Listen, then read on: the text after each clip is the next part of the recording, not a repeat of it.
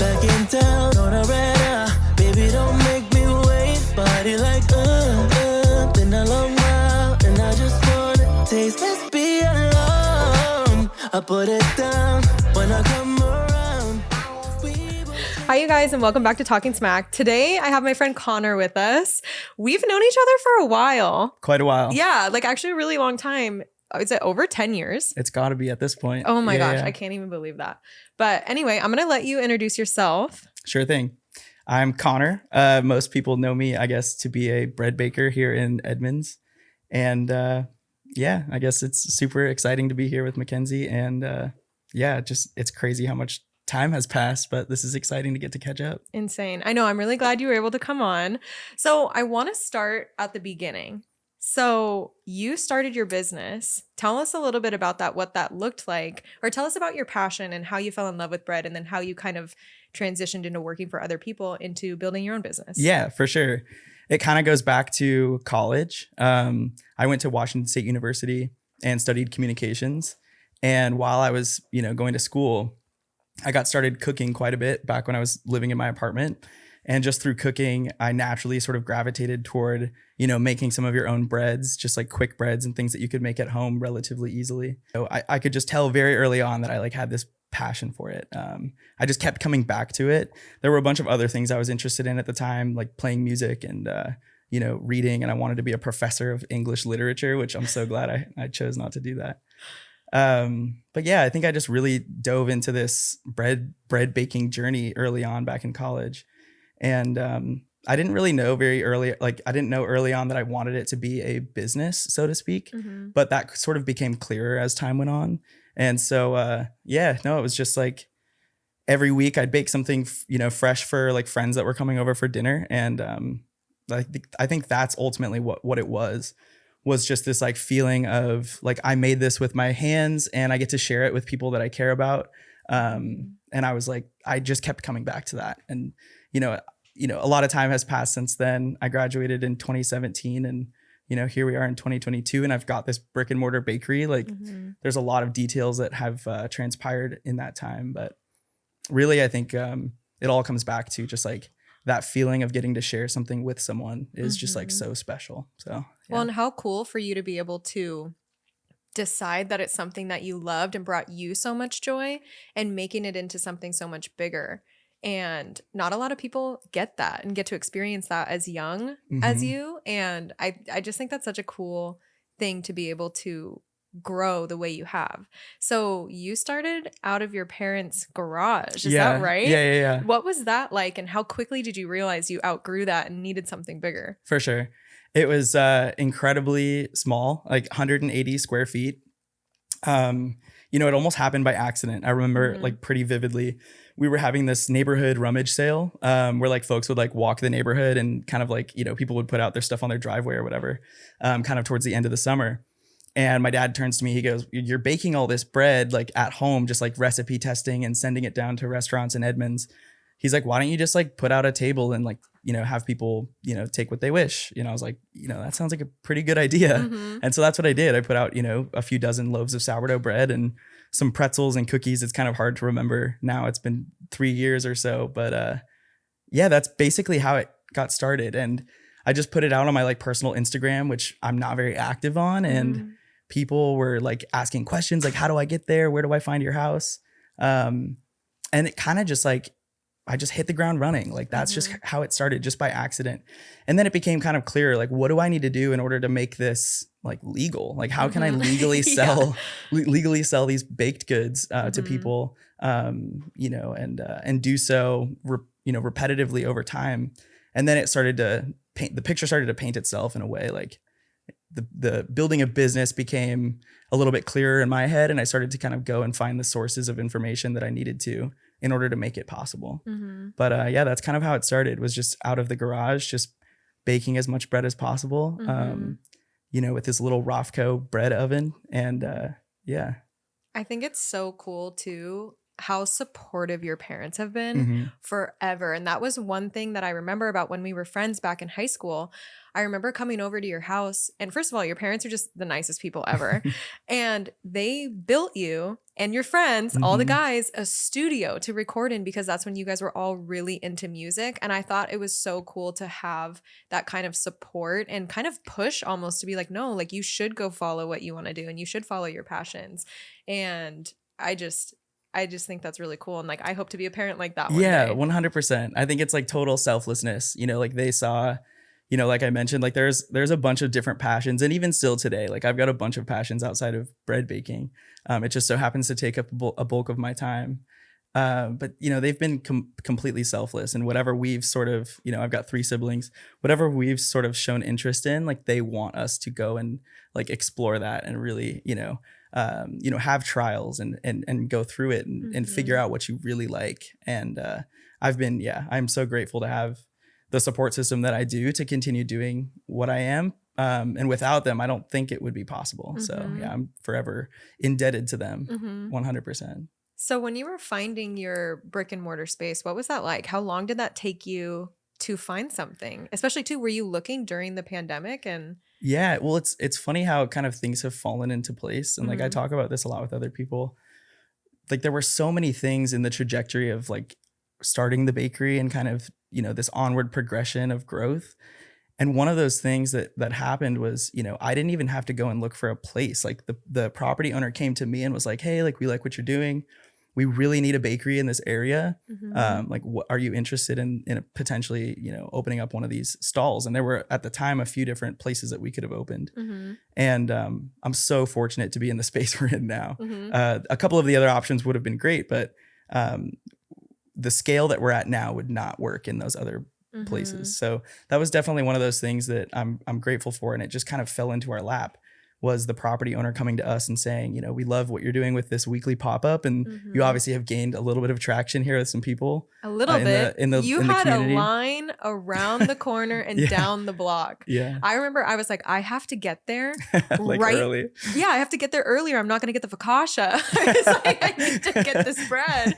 And I was like, I need to get all the sourdough. And whenever I would go down 2020 when you were doing your pop-ups, my dad was like, I need you to get an extra focaccia and then the herbed olive sourdough or whichever one, or the rosemary, whatever you were doing. I was like, sure. I ended up getting one of everything. Those were fun days. amazing. Yeah, those were fun days. It's really, you know, I haven't taken a ton of time to like, you know, recollect or like, you know, really reflect on what has taken place. And I think in a lot of ways, it's just because I've got this sort of forward thinking and just like what's next kind of thing. And I think I'm excited to sort of invite more reflection back into my schedule. Just so that I can, you know, like give myself a little bit of time to maybe celebrate, or like, that's one of my biggest criticisms from people who are very close to me, is that I just don't give myself enough time to really like, you know, take in like what is happening, like what you've accomplished and everything. 100%. Yeah. And also like the adverse too, like what could I have done better? Like what can I change now so that I don't affect people negatively in the future? You know, that's huge too. And I think getting a good balance of both is going to be great. Yeah. So if you were to reflect now and like celebrate, what would you be most excited about? Would it be like the pop-ups or getting into the space? Or like, is there anything that you would do differently now if you were like, no, I need to celebrate these things, or I need to be excited about this? I think I wish I were more celebratory with my team. I am, you know, I try to put my best foot forward and I try to be as supportive as I possibly can be, but you know, the team deserves it all. Like we're at a scale now where I can't do what we're doing by myself. There's no way I could do what I'm doing by myself. And the team is responsible for quite a bit these days. And so I owe a lot to them. Not only that, like internally, but externally, the community of people, like being able to celebrate with them. Like, I think that's huge too. We're in a very unique place here in Edmonds where like people care so much about local business. And that means a lot to me. It makes my life so much easier. Yeah. There's so much less pressure on me as a business owner to like have to promote and sell and, you know, advertise. Everything has been organic from the very beginning, 99% organic from the very beginning. And like, not very many businesses can say that. And that's incredible. And that I owe all of that to the community of people that just like relentlessly support us, you know, through and through. So I think just getting time to like, or giving myself back some time to really like thoughtfully celebrate with the community. That's like a huge goal and priority of mine. I think too, like what a testament to what you've built and what you're creating and how much, you know, emphasis you have on the quality of your items. And I can't remember how many times I would roll up maybe an hour after you'd open and you'd be like, oh, we're all sold out. Sorry. Like we don't have anything. It's such a bummer. I know. It is a bummer, but Yeah. also like something to be celebrated. And I think it is so cool. Like the couple weeks that I had gone, like every single weekend, you'd see the same people and everybody would come out to support. And I just think that's so cool and so uncommon for most businesses to have that type of cult following from the get-go.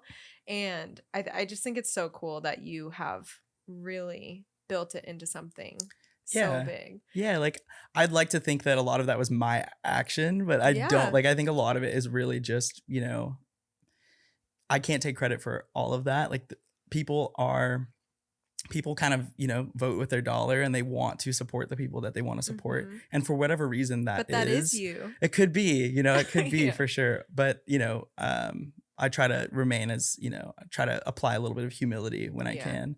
And to a lot of people, it's just the loaf of bread that they're coming to get, right?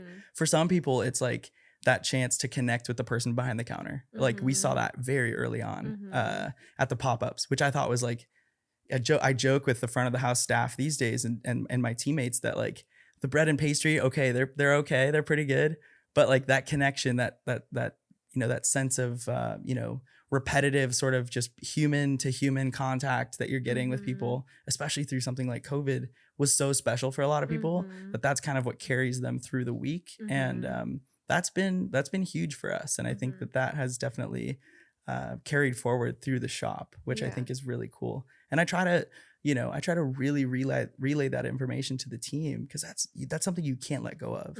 The bread and the pastry, okay, like we work really hard to make really good stuff. But it takes even harder work to be like that person that someone can count on, to connect with, to be kind to. And that's really special to me. And that's really ultimately at the core of what we're doing. Yeah. I love that. So when you were doing your pop-ups, were you just doing one day a week? And how many hours were you putting into baking just to do that one pop-up? Yeah, I would say it was probably back then. I mean, I've had roughly the same schedule for the last few years, anywhere between 80 and 100 hours a week, you know? So it's like, oh my gosh, obviously leading up, if you're just doing one day a week, like the bake is pretty extended. The bake can last 24 full hours. But the preparation beforehand could last another, you know, range of 18 to 24 hours with like a nap in between or something like that. Which I know sounds crazy to some, but I think that some people that, you know, have this thing that they are just so keen on delivering on, like it almost doesn't even cross my mind, like that I'm sacrificing sleep or I'm sacrificing family time or, you know, time with my friends or whatever. Like every Friday and Saturday night is like gone as a, you know, younger person. That doesn't even cross my mind. Like it, you know, at times, you know, you sort of reflect and you're like, like I missed out on that thing, or I could have hung out with those people or whatever. But this, I think has been such a clear vision of mine for the past few years that I've been okay with like sacrificing quite a bit to make sure that I can deliver, you know, on making good bread for people. Yeah. I love that. I feel like, and now too, having a team, is it still the same amount of time? You're just pumping out way more product? Yeah, for sure. I think like the demand has seen like an onward sort of like ongoing progression and increase over time. So that means, of course, like my presence is needed at the shop just to make sure that things and operations can like roll smoothly. Right. You know, if we were making the same amount of product we were making 3 years ago, like that wouldn't be the case. I'd have a lot more balance in my schedule, but that hasn't been the case. Like we've been exponentially growing over time, which is great. It's a great, you know, sort of problem to have. But even still, like, you know, whenever I buy time back or get time back for myself, like I find ways to fill that time back up, which I actually need to take a page out of your book. And, you know, maybe you could tell me a little bit more about how I can sort of create or, you know, carve out time for myself and why that's important. Yeah. I feel like when I first started carving out time for myself, it still felt so unnatural because I was in the habit of giving all of my time to work. And it's unsustainable Mhm. for one. Yeah. I was so much more anxious. I constantly felt like I was running on fumes, even though I was sleeping much more than you're probably sleeping. But I got to a point where I was like, okay, I'm working and putting so much time into building this. I'm going to get there. It might just not be as fast, but like I need to take a step back and I need to figure out who I am again, because I Mhm. put so much of my identity into the business that I just kind of reflected and felt like, okay, who is Mackenzie? Like Mhm. Mackenzie's not Macklash. Like that's a part of me, but it doesn't have to be everything. And I think too, like in those first probably 5 years of me building it, I was like, no, this is what I like doing. This is the only thing I like doing. And I started to realize, okay, maybe I do want to do things outside of work. I do want to have a life outside of work. I do want to see my friends.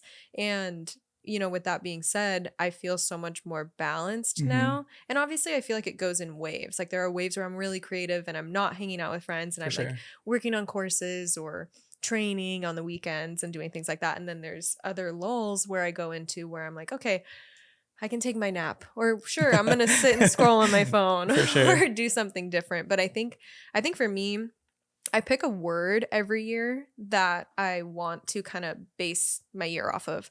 And so 2021, I chose intentional. And I Mhm. wanted to be intentional with my time at work, and I wanted to be intentional with my time away from work. So I didn't feel like I had to constantly be on to actually let myself rest. And so me being intentional outside of work was like, okay, what brings me joy outside of work? Totally. And like I'm a big journaler, so I would just journal like, oh, literally walks by the water.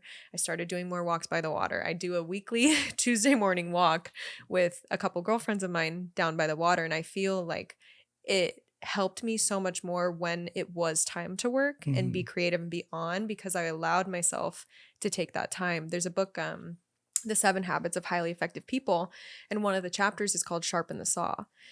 And if you're using a saw over and over and over and over, it gets dull. Mhm. And so you have to take that step back and take that time to sharpen it. And I was like, I'm dull.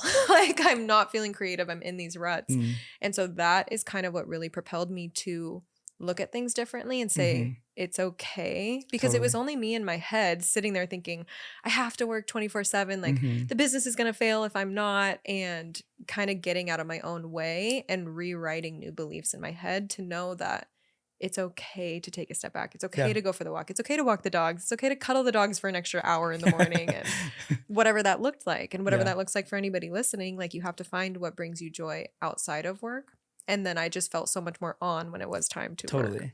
I think that, that's what we get caught up with, with folks who might, have a hard time stepping away from their business or what have you, is like you have this level of guilt, right? That if you're away, like that means that things aren't happening the way that they should Mhm. back at the shop or whatever the case is. But that's not the case. Most often not the case. If you truly believe that your team is there, to and has your best interest in mind, they're Mhm. there and they want to be there to work Yeah. hard. You should be in good hands. And Yeah. so like it's taken a lot of time for me to get there.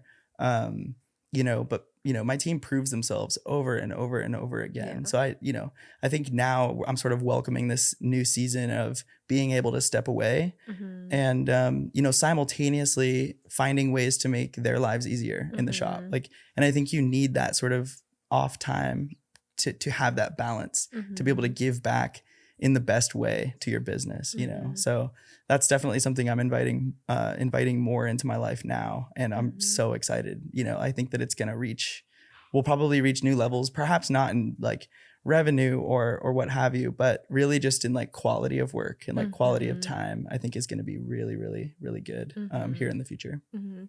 Well, and you wouldn't hire people that you don't trust. Yeah. So, and I think that was hard for me when I was first hiring my team, is I was like, okay, I want to trust you, but like this is Mhm. my baby and my name's on the door. And like there For are so many sure. things that could be said wrong Yeah. or done improperly. And it was like the moment I stepped away and was like, no, you do your thing, all of them are so self-sufficient. And like I'm not here that often anymore, but I'll come in and I'm like, you guys don't need me, but like, do you need anything? And they're like, no, we're good. Yep. And like even Nola, when she first came on and was running the social media, she would run everything by me. Mhm.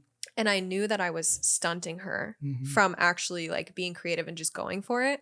And I was like, I trust you. Like you know what you're doing, do your thing. And we even had a conversation about it. And she was like, I felt way more creative and I felt like I could just run with it and come up with more things so much easier than running things by you. And I think when you start building a team, you get to that point of like, okay, I'm really going to give you all the responsibility and I'm going to release that need for me to feel like I have to micromanage you because 100%. we don't want to micromanage. 100%. They don't want to be micromanaged. Yeah. And I feel like it flows so much better. And like you said, like the quality of things just continue to get better. Yeah. And I think one of the things that's become more special now that we've built a big team, a big team of bakers, a big team of part-time staff that work the front of the house.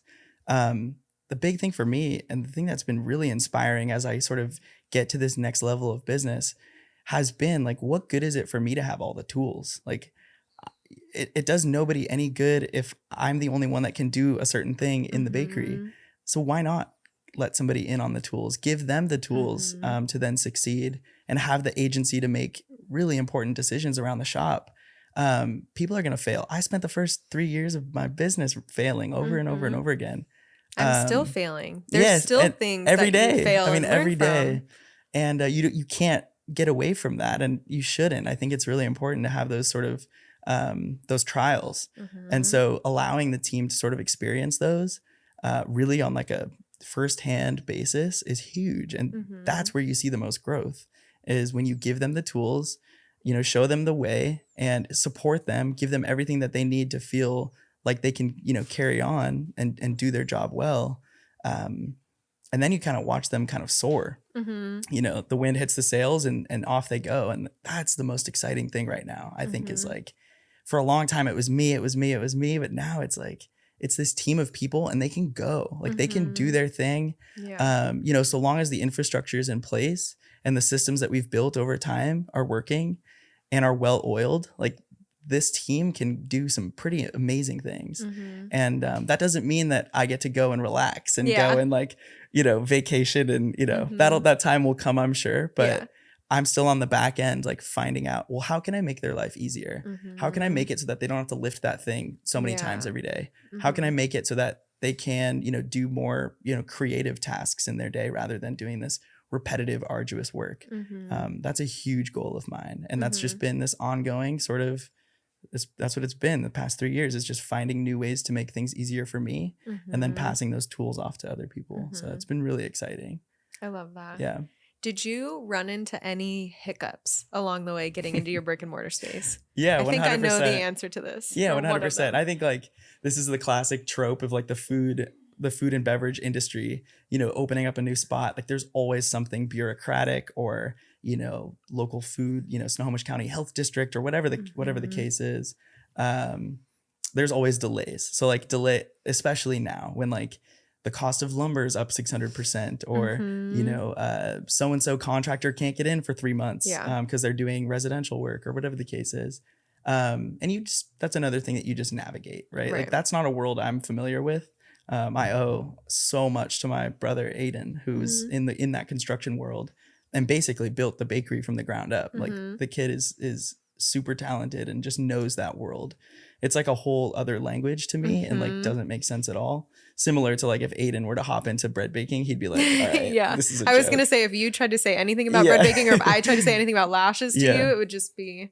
Over your head. So, we worked in tandem pretty well to like really, cinch things up at the shop. And I owe a ton to him. And this is all like on a budget. Like we had at the time had only been in business 2 years. We don't have a whole lot to show for, being a bakery, right? Like we were doing things pretty intelligently because we had to. Right. And working with equipment that's 30 years old, like, finding ways to make it work is really what it comes down to. Yeah. But getting more specifically, getting into the brick and mortar was really just getting the right materials that we needed for the build out, getting them on time, and then getting everything inspected to operate as a food business in our city.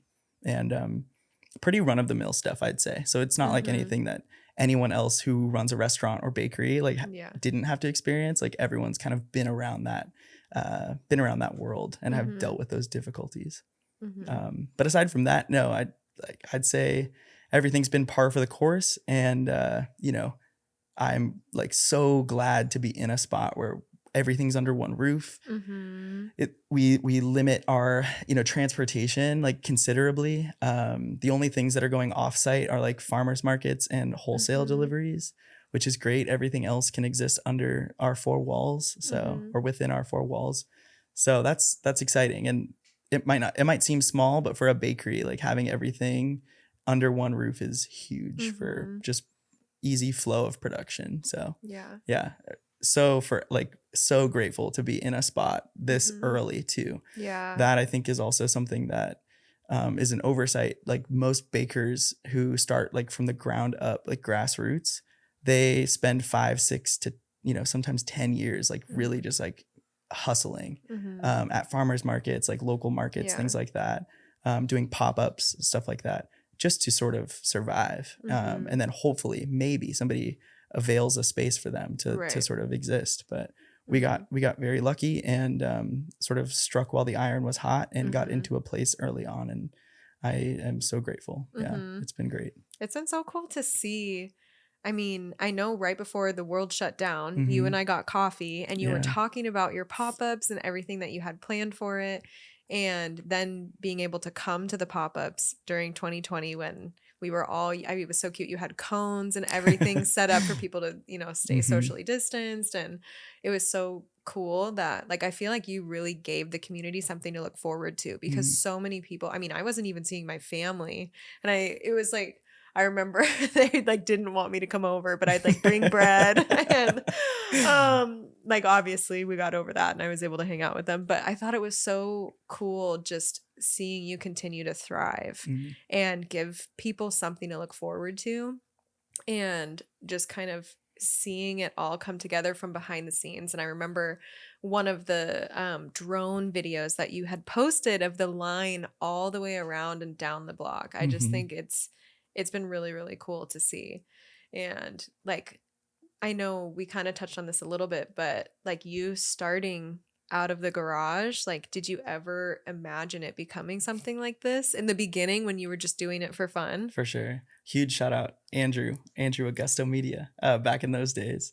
Those were just incredibly fun times. And of course, like scary, scary times all in the Mhm. same.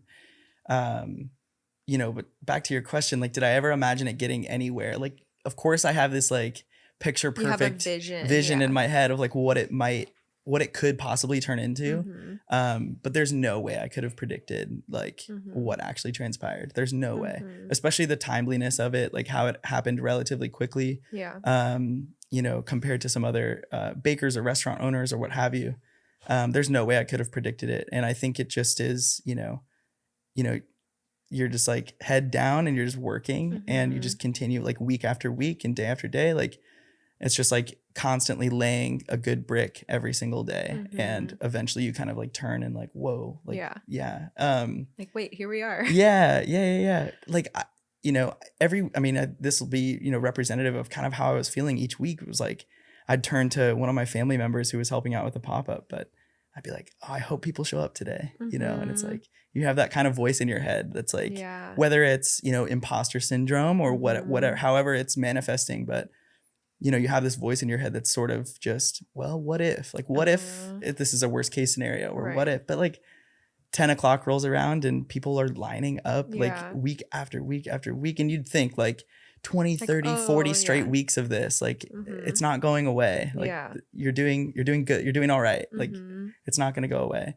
But somehow still like that voice kind of crept in. But, Mhm. as time has gone on, like, and I guess maybe just like over repetition, I think of doing what you're doing and you're like you're just in your wheelhouse, that voice starts to get quieter and quieter. And you just Mhm. sort of you have this sort of built-in, confidence in what you're doing and confidence that people are going to continue to show up and support you. Mhm. And that's been really special to see. So, Mhm. Looking back now, is there anything that you would do differently or wish you had done more of yeah, I think we'd be besides at celebrating yeah, the little things? yeah. I mean, celebrating for sure. I think just Mhm. taking the time to really, and like hindsight, of course, is 2020, Mhm. not knowing what it could turn into. And still, I'm in a spot now where it's like I'm looking forward to Mhm. what the next trajectory is looking like and what the Mhm. next levels of the bakery might look like and what it might mean to people. and reaching a wider audience and things like that. But I think, earlier on, I think I wish I had gotten more video and photo of what I was doing. And, to be able to tell the story later on, like I look back at some of the photos I do have, and it's like, it doesn't quite tell this story. Like it doesn't really illustrate what this, like the work that went into making this thing. Like the countless hours and the revisions, like with my brother and I, like going over our blueprint, our floor plan, and like hacking away and like contacting all these different contractors to make things work, and like really just like telling the story. I wish I had told the story a little bit better. But that's a lesson now. It's like, what am I doing now to sort of set myself up so that I'm not saying this 2 years from now, or 3 years like from now. documenting more and more. For sure. More. Yeah. That's funny that you bring that up, because I think about that when I worked out of my parents' house. I maybe have like 10 photos. And of course I have like client photos, but like actually photos of me working out of their kitchen and like seeing, all the steps in between and then to where I am now. Like it would have been really cool to document. And like I tell people this all the time, like take photos and videos of everything that you're doing. Like I don't care if it 100%. looks like boring or behind the scenes, you're going to want to have that. 100%. And now like I tell Nola all the time, I'm like, can you take a video of this? I don't know if I'm even going to do anything with it, but a year from now I might be like, oh, that's a really good piece of content, or like this is something I never thought that, I'd look back on. Oh yeah. And like it's huge for people who, like, I get people all the time who are like, I want to start my own bakery, like I want to start a cottage bakery out of my house. Like, how do I get started? Yeah. And like, how much easier would it have been if I had just like illustrated that story, from the get-go, so that I can then turn, to this person and answer their questions a little bit more eloquently, or like show them, like instead of telling them, showing them what it looked like. Yeah. And like, it might look like rainbows and daisies on the outside, but like you're going to have to do 18, 24 hour, 48 hour, 72 hour days, like 3 days straight. Yeah. And you're going to turn to yourself and wonder, like, am I crazy for doing this? Like, is what I'm doing, like, is this going to be worth it one day? Right. And really talking them through, not to discourage. I would never want to discourage a young baker. And I'm sure you would never want to discourage a young lash artist, but like it takes quite a bit of work to create something like this. And, it's good to be realistic about, what the potential outcomes are. Knowing how much work really goes into it, would you still do it? Like going back, would you still? 100%. Yeah. There's nothing I would change, of course, other than the things I've mentioned, like just doing maybe more of a different thing to propel this other thing. Right. I would do it again. 100%. Like, I feel the same way. There's no other thing I could have imagined myself doing at that time in my life. Right. Now I say that because it's like, there are other things I want to do. Like there are other passions I have, and whether a business comes from it or not, like there are things I want to be spending my time doing. And, I want to work hard so that I can avail myself and spend my time doing those cool things. Right. But yeah, no, I would not have done anything differently. I would have, probably, done things faster. But like, even then it's like you change one little piece of the puzzle, and like how messed up could it become if you sort of change one thing. And so things have kind of gone on in this very smooth, very thoughtful trajectory. And I've been proud about that, not sort of feeding into the pressure of like what people really want. Hopefully like there's a good balance of like giving the community what they want, but also not giving too much to where you're like really throwing yourself for a loop. Right. You got to be able to find a balance there. 100%. I agree. Okay. I have a question. How many items do you have? How many items do you sell? That's a very specific, that's a good question. A very specific one. These do days, you like change it out a little bit? Yeah, we do for sure. Our menu for the last like month and a half has been relatively the same, just because we're really focusing on our core and just like getting our core products solid, getting trained up on all of our core products.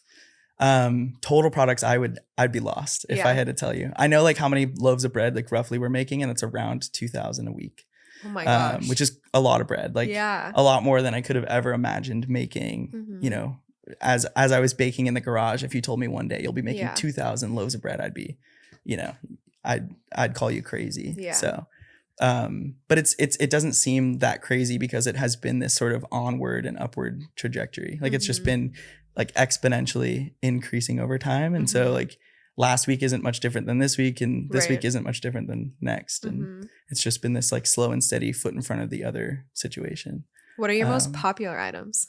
Most popular is the bread for sure. Like bread makes up probably 70% of our revenue. Is there anyone specifically that like people go crazy for more? Because I know you have like different types of sourdough. Yeah, for sure. We've got like probably 8 to 10 different loaves of bread every weekend. The country sourdough, which is like our flagship, like, you know, I guess most basic country sourdough. It's just like your sourdough bread. That's easily our most popular among the people. I love the olive one. Olive's good. I think it's so good. Olive's a close number 2. Yeah, like that's one of our most popular products behind. It's so good. Every time I see your story, like video of it mixing with all the olives in there, I'm like, I can't wait.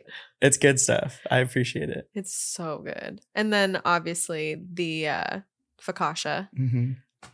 Hands down my favorite. Every time I go, I get at least 2 or 3 because I know my parents want 1 or 2. So half the time I'm getting 3, 1 for me and 2 for them because there's 4 people in their house. You're the delivery and they all driver. Want it. No, I am literally. Like that's great. I know you saw this picture, but I borrowed their Vespa and like came down to your shop and got bread. And you weren't there that day, but I was like, oh, where's Conor? Like I want to see you, but. Got all my loaves of bread there and then go. Took the little Vespa back up. The rare moment I'm not there. I was probably sound asleep, you know. Hopefully. Back at knowing my house. how often you're awake to keep everything running smoothly. For sure. I can't even imagine. Okay, so what is next for Conor in the cottage? Yeah. You know, as we had mentioned, like I think I'm really excited to invite some time back into my life and just spend a little bit of time away from the shop. I know that that's like some people will hear me say that and be like, okay, like, yeah, okay, sure. Yeah, show me that you're going to spend some time away from the shop. It is really hard to sort of separate myself. And I think that it's mostly because this is a project that has been so close to my heart for so long and that I really wanted to see it through firsthand. And so it's really hard for me to step away. I think it's your baby. It is. It truly is. And like most bread bakers specifically have this same sort of issue. Like you see it all the time. Just because bread can be so finicky on a day-to-day basis. It's not like it doesn't just make itself. Like it takes some very deft hands and like really skilled work to make this stuff. And so it's important that, you know, the people with the tools are there to sort of monitor and make sure things are going well. So it's going to take some time, but you know, with this time that I hopefully avail for myself, I do want to explore some things outside of bread, or I guess bread adjacent. Like I'm really interested in like produce and growing produce, but in like different ways. Like I've seen vertical farms do really well, or like indoor farms doing really well. And you know, I think all of it comes back to just like, how can we sort of create, you know, a better world for each other, you know? And I think hopefully it seems like that's the case for, you know, what we're doing. In most cases, it's not perfect, of course, but hopefully all the things that I involve myself in can maybe lead or, you know, put our foot in the right direction for a better world for us here today and for the people who are going to follow us in the years to come. Totally. Well, and I feel like that's really like, you can tell when you look at your social media, when you come into your space, like everything, like I just think good vibes and just like honestly, like just good vibes. And you can tell how much you care about the people that you're impacting. And it's not just about like making a sale. For sure. And like you can tell like your core values. And I just think that's really respectable, because sometimes that's hard to translate as a business owner and not feel salesy or whatever. And like you can tell you've put your entire heart into this. Yeah. And I think that's really cool. Yeah. Thank you. I really appreciate that. It's one of those really hard things to navigate, I think, as a business owner. Ultimately, like this isn't a charity. This isn't a nonprofit organization. Like we are, like you do need to make a profit. We're working hard to make a profit and to, you know, do the right things with that profit, you know, in the long run. And so, yeah, it can be really hard. And you're towing the line of like, you know, some really just like hard conversations, right? Like, you know, ultimately the people that show up to work, like they've got to show up to work, you know, and like sometimes visions don't align and, you know, hard conversations need to happen. But I try to limit those. And, you know, in that, I try to support the people that have like-minded, you know, visions or goals for themselves and for the bakery. Because ultimately, like, I want this to be a place, you know, this isn't Conor's bread or Conor's bakery. This is the cottage. This is a place where we can all kind of come and share this time and like really put our, hearts into what we're doing here. And yeah, it's great that it's, reflected in the community, and you can see it as you enter the space. And that's definitely not my strong suit, is interior design, but we could probably improve on that front. But yeah, no, that means a lot. And I think it's something that I hope to carry forward, in the years to come. And I hope that, we can build a team that also feels similar. Yeah. Well, I think you're doing it. I think every time Thanks. I've gone in there, even not seeing you, like everyone just seems really happy to be there, and like, just so joyful. And I think that's a huge testament to like you hiring the right people and just creating an environment for them that they can feel comfortable and they can feel excited to come to work. Yeah, I think it's huge. And I think it starts from the top down. Like it starts from, I don't look at it as like all of these folks are here to work for me. Like it's the opposite. Like I'm working for you. I want to make sure that your life is easy here. I want to make sure that you feel supported in the ways that you want to be or want to feel supported. I want to make sure you have the tools to be the best version of yourself while you're here and even while you're at home, and I might not always know like what that looks like or feels like, but it's a huge priority of mine. And like, it's an ongoing sort of, situation that you find yourself in as a business owner, is like, these people are like spending their time working for you, like working for your business because they believe in it. Right. Like you ought to, give them your all. And so some days that is, I might have been up for 24 straight hours. Some days it's just a, hey, how's it going as they walk in, but at least recognizing that these people are here and they're working hard, and they care. Like ultimately, like not having a pessimistic view on your team is like step one for me, is like, these people are here. They believe in you.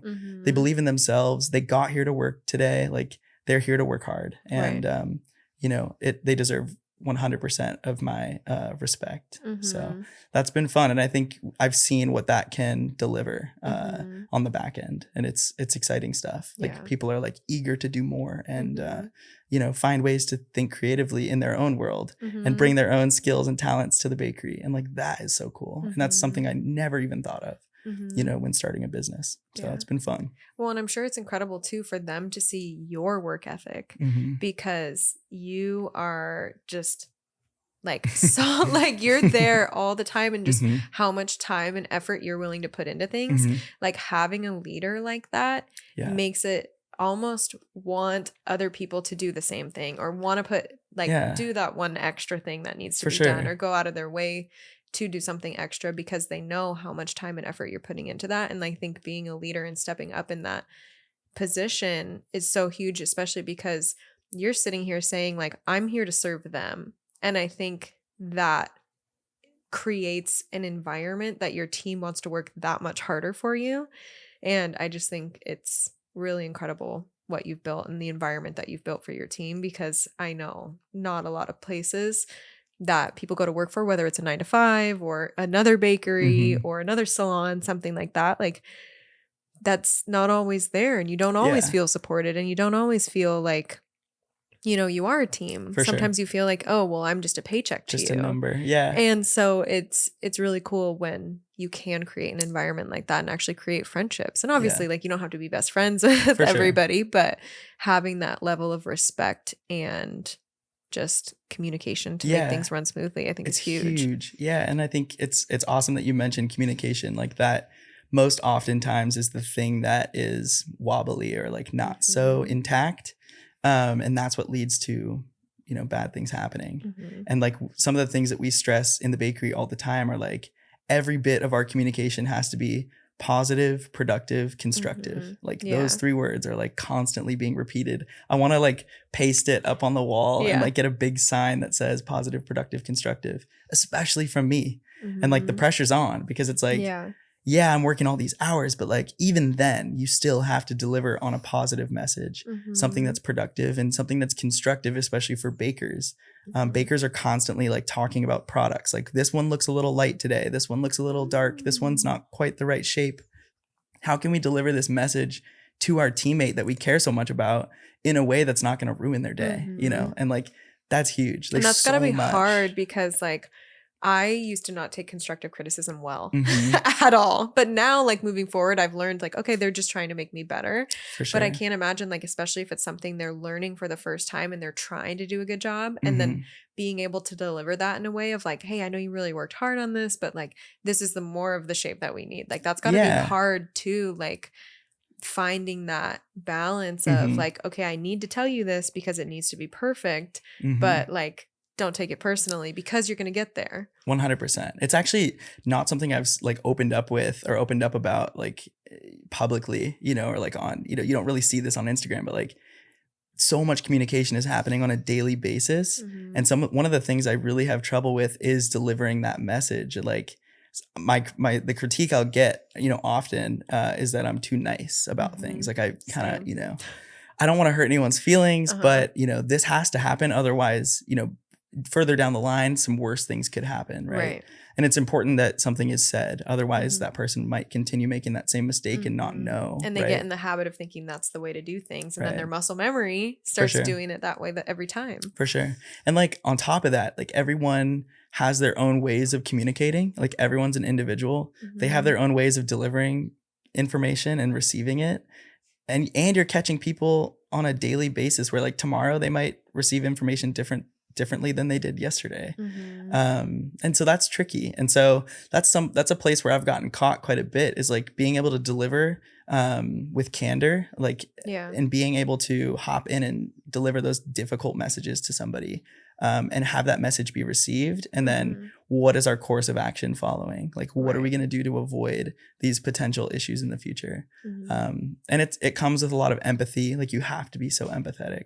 You have to be understanding of where they're at today, where they're at right this moment, but that, I think, is one of the challenges with running a business that involves a team that I love. Like, it's hard. That's the hardest thing that I'm doing these days, is like managing people, managing a team, and making sure that everyone's feeling at least content when they come to work. Right. Like, that's really important to me. And this might sound, cheesy or corny or whatever, but I think that you can see it and taste it in the final product when someone's not doing well. Like, you can feel it. Yeah. And so that's something that I really want to mitigate. And the best and only way I know how to do that is just to show my support in whatever ways I can, be as positive as I can with my team. Yeah. And I have to be okay with myself too. And like, that's also another challenge. Right. Yeah. So, but all of that, I think, is becoming something that I've really gravitated toward, and has really allowed me to sort of invest in my team truly, and like trust in them and know that they're going to make the right decisions on my behalf. Because like you said, your name is on the front of the store. Yeah. Like, my name is on this. Like, if if really bad things happen, like, this is my life too. This is your life. This is all of our lives. And so it's important that we communicate properly. Yeah. Have you ever had any like crazy customers or anyone unhappy? Yeah. We call it like the 1%, like the 1% of people who, it's always random too. It's always like the most like unexpected thing that they might be looking for or wanting.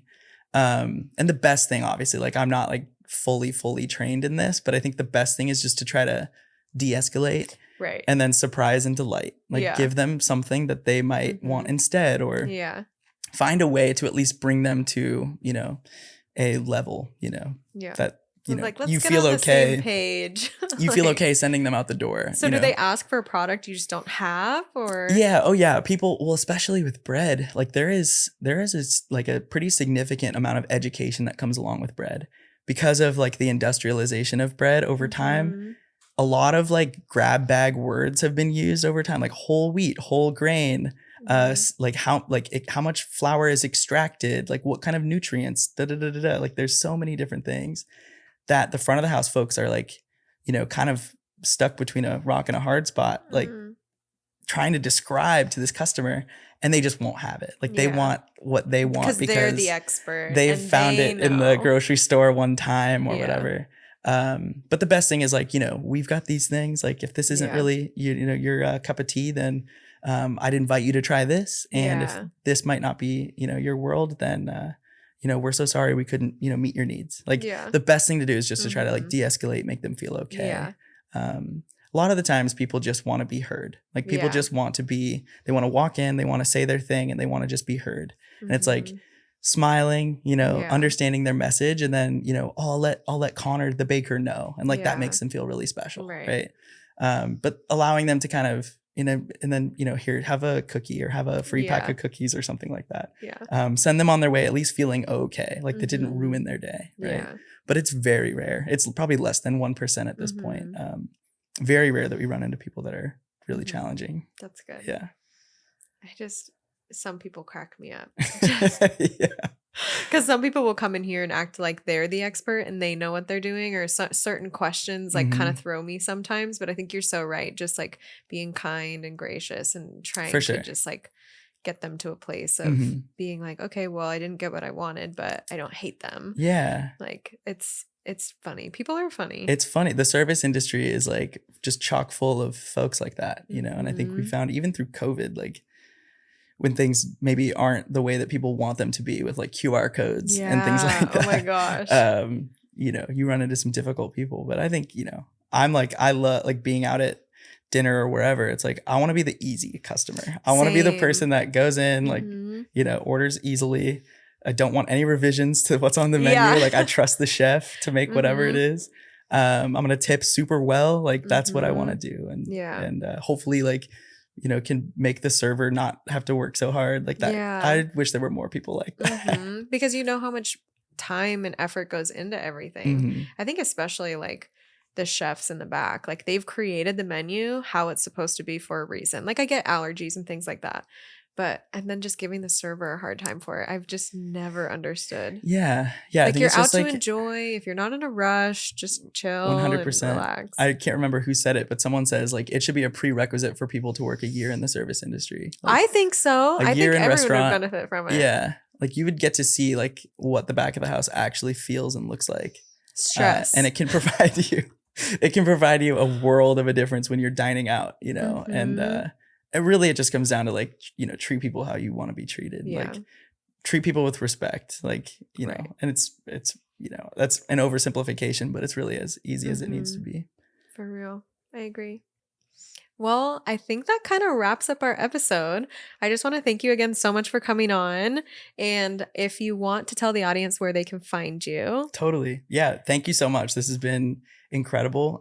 My first podcast ever. So that's exciting. For folks who want to find me or the bakery, it's on Instagram at Cottage Community Bakes.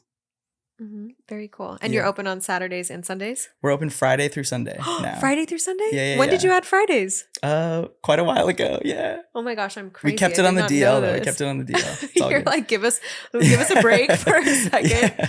Oh No, my it's been gosh. fun. Fridays are fun. And pretty soon we'll add Thursdays too. We'll become like a real bakery. That is so exciting. Yeah. I'm so excited for you. I just think it's been so cool watching the journey and everything come together. Thank you. It Right. means a lot. And Yeah. I'm like always inspired by what you're doing too. Thank you. We kind of like watch from afar. Yeah, exactly. Like root Yeah, from afar. I'm root always from like afar. responding to stories For sure. like quarterly. Yeah. No, this has been great. Thank you so much. Good. Of course. Thank you. Well, thank you guys for listening and watching. Give us a like, subscribe to be entered to win a t-shirt, comment on this YouTube video, and we'll see you guys in the next one.